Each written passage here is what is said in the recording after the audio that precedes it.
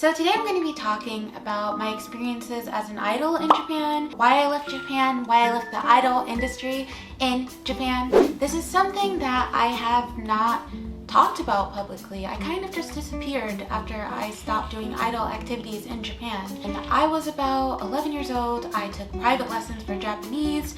When I was a teenager, I started performing as an idol in Michigan. Back then, you would never call yourself an idol. You called yourself an aspiring idol, or you called yourself a dancer. There was a very small community of girls online who loved Japanese idol culture and wanted to become idols in Japan. I was one of those girls. I made the mistake of calling myself an idol because I have this mindset of like think and grow rich, right? If I just say that I'm an idol, I become an idol, I act like an idol, it'll happen. That kind of set me up for a reputation for being arrogant. A lot of the mischaracterization that I've faced online has been pretty unfair, so I'm happy to finally talk about why I left Japan, what I did in Japan, and why I left the idol industry. I was a teenager online and I was streaming on Nico Nico Doga, which is like a Japanese version of YouTube. On there, I got quite a lot of attention. I wasn't very famous or anything, but I got some attention and I got noticed from a Japanese talent agency, a Jimusho. So this Jimusho pretty much agreed to be my talent agency if I could move to Japan and work as an idol. I was 16 at the time I signed this contract, and this was like a dream come true. This was all of years of work. I was just a big fan of Japanese idols since I was like 10 years old. So I finally came to Japan January 1st, 2015, when I had just turned 18 a few months before then. A big reason that I kind of became disgruntled and left the idol industry is one, online trolls.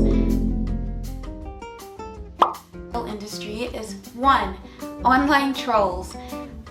Other people who are content creators that work in Japan, other people that are J-vloggers or even Twitter users in Japan can attest to this. It seems like whenever you just touch down in Haneda or Narita airport, that a wave of trolls just follow behind you. I don't really understand what it is, but the second you move to Japan, you get a lot of attention because my follower count blew up from the time I stepped foot in Japan. I was legit then, right? Then my troll essence also blew up at that time. I was 18 and I know sage advice is to ignore online trolls. I found that very hard. There's some things I haven't told people, like my talent agency was contacted by Westerners, I guess trying to get me fired as an idol. For what reason, I don't even know. I wasn't even that controversial back then. Another thing is when I would appear on Japanese television, there would be trolls on 2channel, ni channel, which is like the Japanese form of 4chan, and they would sometimes write racist remarks. That I could kind of brush off. Even the comments online where people were talking about how I was a bad dancer, right? I could ignore that. That was fine. What really got to me were people contacting my university, contacting my parents when I released a Grab Your DVD, which is very normal for idols in Japan. So I released a Grab Your DVD. For people who don't know, it's like a softcore bikini thing. I got a lot of flack from Westerners from that. People who had this perception that I should not be doing anything tantalizing, right? They put this on Pornhub. It was not pornographic. I mean, I guess it was pornographic, but it wasn't penetration or anything like that. They put this on Pornhub maliciously and they sent it to my parent. No reason other than to fuck with me. This really got to me. This was really hard for me. This made life incredibly hard for me. It got to a point where I could not even trust people in real life that I knew in Tokyo. I had Japanese friends that I just had in my personal life. I had people from college that I just had in my personal life that were not famous online. But then I had a few friends that I guess were in the online gaijin sphere of things. I noticed sometimes when I would tell people things in confidence that they would end up on gossip websites. Something that's a bit funny, which I won't mention names. I am working currently with Jake Adelstein. He is the writer of Tokyo Vice on a book about my experiences in Japan. He's a very nice, friendly guy. He's a mentor to me and told me that this is recently, a few months ago, that somebody who I guess is known on Japanese Twitter, I haven't met this person since 2015, I have not talked to her since 2015, told him not to work with me because I said something they didn't like in 2015 when I was 18 years old and they were older. Other people in Tokyo have had issues with this person, so I'm not really surprised. It really does get to you at how cutthroat and nasty people can be. I became an idol with the intentions of spreading joy and spreading love and spreading hope and dreams with people, and now I realize that that's kind of cheesy and silly and corny, but that's what I really wanted to do.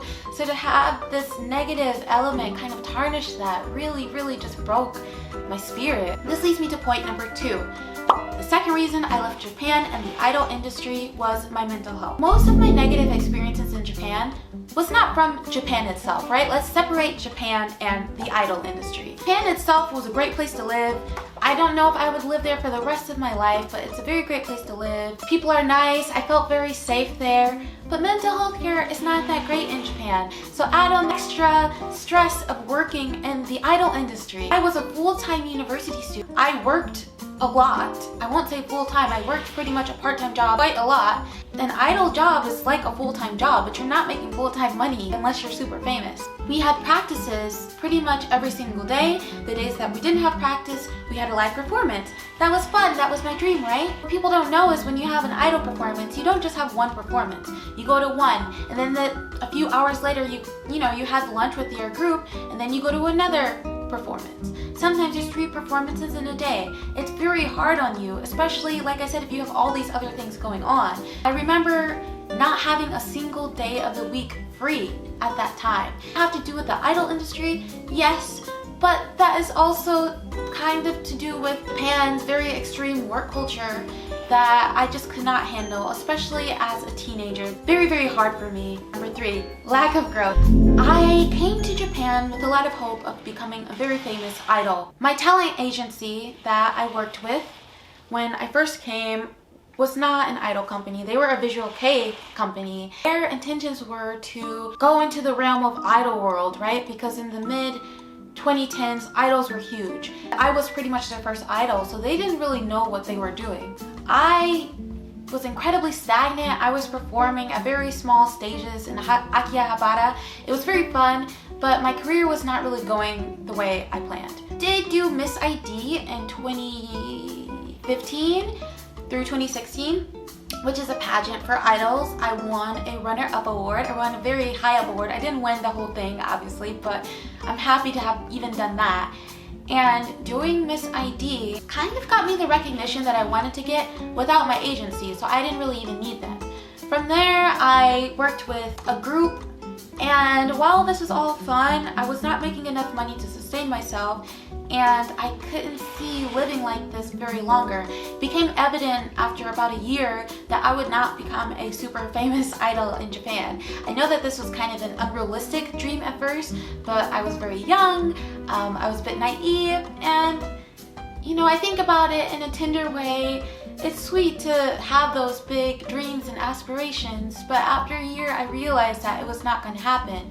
Now I look back and I thank God, I'm very appreciative that I didn't become super famous because I would not have been able to handle it. People don't really understand what it's like to have your life under a microscope, especially since idols in Japan are held to incredibly high standards. I was not Justin Bieber, I was not AKB48, I was not incredibly famous. I was on national TV. People knew me when I walked outside sometimes. People knew me online in weeaboo circles. I had some recognition, but I didn't have a team of support like a famous child star or something would have. It was only me. I didn't get a bunch of money from it. I didn't get a bunch of mental health care. It was just me. So that was a very tough experience. And the next reason, number 4, I think this is 4, why I left Japan, left the idol industry, was because even though I didn't become super famous, I pretty much did everything that I wanted to do. I was in a photo book via Miss ID.